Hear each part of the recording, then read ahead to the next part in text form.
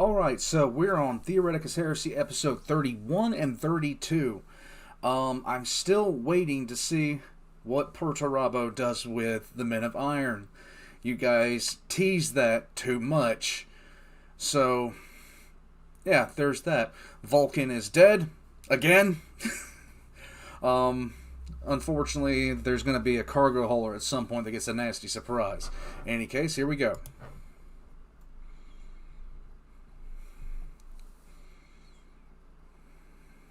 Deep within the Imperial Palace upon Holy Terra, Malcador the Sigillite and Regent of Terra received word from the Shattered Legions. Malcador sighed and shook his head in sorrow. How could such a thing happen, he asked himself. He was disturbed by Perturabo and Mortarion.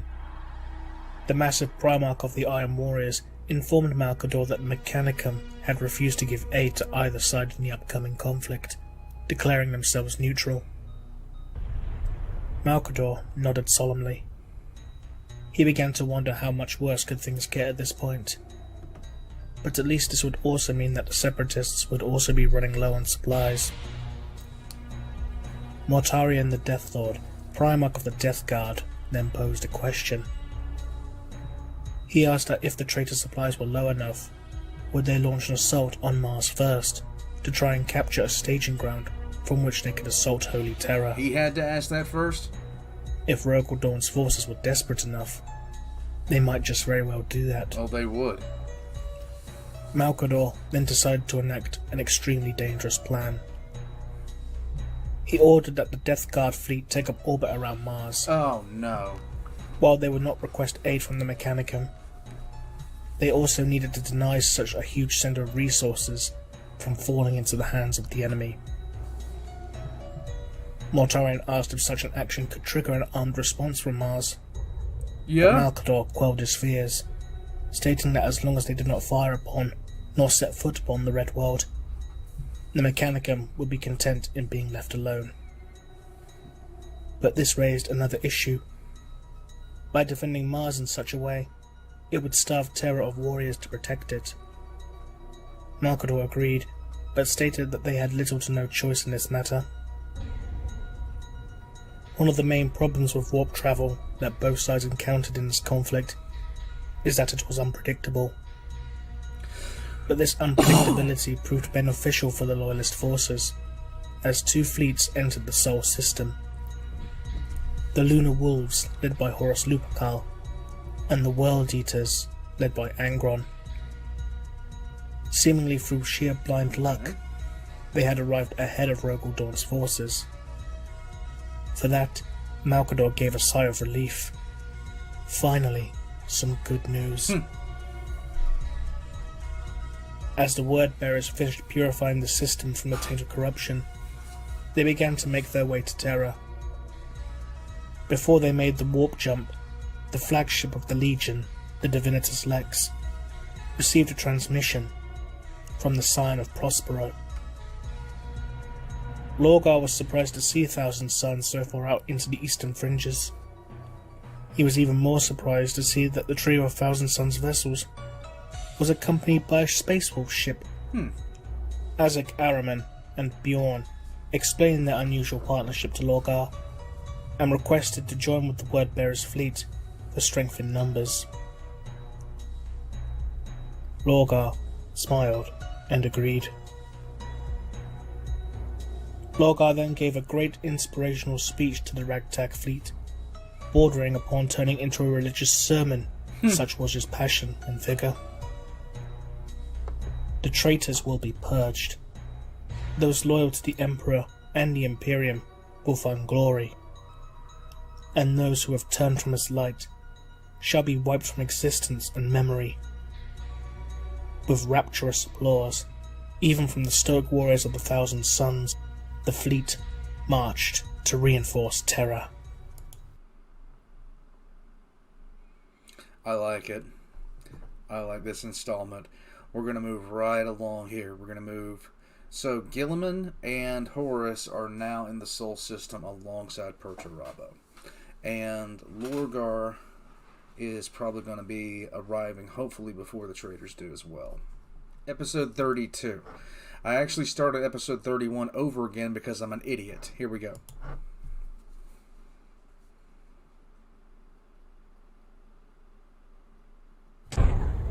Rogel Dawn's great host floated in the void, awaiting his orders. The fabric of reality tore open with a kaleidoscope of colours, as the forces of the demon Primarch Leman Russ finally rejoined the host. The currents of the warp had been unstable, and what should have been a journey of a few days had taken weeks. The Primarchs all sent a transmission to Rogel Dawn. Leman Russ was the first to speak, demanding to know when he and his wolves will be unleashed upon Terra. Rogel Dawn let out a sly grin, and promised the bestial creature that was once his brother that the time for action was nigh. There will be plenty of blood to quench his thirst many times over. Sanguinius sat impatiently on his throne, using the skull of a loyalist as a pallet, and using the dried blood and viscera to use as a form of primitive makeup to accentuate his beauty, his purple eyes almost glowing. Oh, come on, man! Throughout the Blood Angels' fleet, captured loyalists were tortured, their screams turned into fine musical notes by grossly oversized vox speakers that the Blood Angels' tech marines and apothecaries had surgically implanted. He made Sanguinius more creepy than Fulgrim. Into the loyalists' faces. Rabute Gilliman led his men in prayer to the gods of the warp, begging them to bestow his men with their blessings. Corvus Corax, Lionel Johnson, and Jagatai Khan reported into Rogel Dawn. Unlike their brothers, they seemed to remain true to their own natures, and had not yet been perverted, or blessed, as Gilliman would describe it.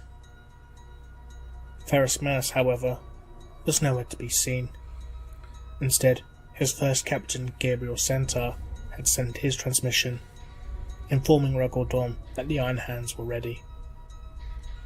War Master Rogel Dawn sent out a transmission to every vessel in the fleet and began a grand speech. He told his men that they had come far in this great conflict, and that they were the ones who were on the right side of history. He told his men that by taking the throne world of the Imperium, the tyranny of their father, the Emperor of mankind, would be wiped away forever, leaving the citizens of the Imperium free to indulge in whatever acts they wished, be it of religious worship or scientific advancement. They would fulfill their every heart's desire without the iron fist of the Emperor beating them down. Okay.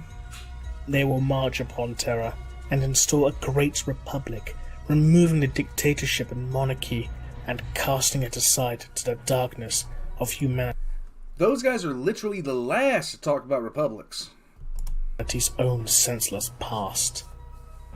To war, to victory, to liberation, for the greater good of humanity. Okay, again, with the Tau rhetoric. I knew it. It had to have something to do with the Tau. It had to. Everybody keeps on talking about it. This is Watercast.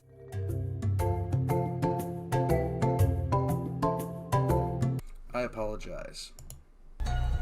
The Great Fleet then dived into the warp, setting course for the Sol system.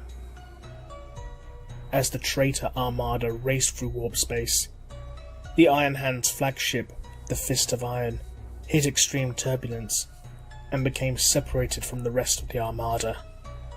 Oh boy. Ferrus Manus demanded that his tech marines and librarians find a way to rejoin the War Master's forces. The tides of the warp grew ever more unstable from the sheer volume of ships all entering at once, leaving the Fist of Iron floating like a raft in a great ocean, while other vessels abandoned them. The tech marines on board began to report a greater and more important issue than just being marooned within the warp. The ship's Gellerfield was starting to fail. Oh boy. Alright, I can already see what's happening with Ferris. Ferris is going down the same kind of route that Mortarion did. He's going to be Nurgle's champion in all this. But I don't think he's going to stink nearly as bad as Mortarion. Mortarion just needed a bath. Several baths. With some Epsom salts. And about 30 rags. Forget that, a hive world's worth of rags. And enough soap to drown an elephant. In any case, just the description of Mortarion after he became a Demon Prince was just nauseating. But in any case, we'll be moving right along tomorrow with episode 33 and 34. But that's it for tonight. I'll catch you guys next time.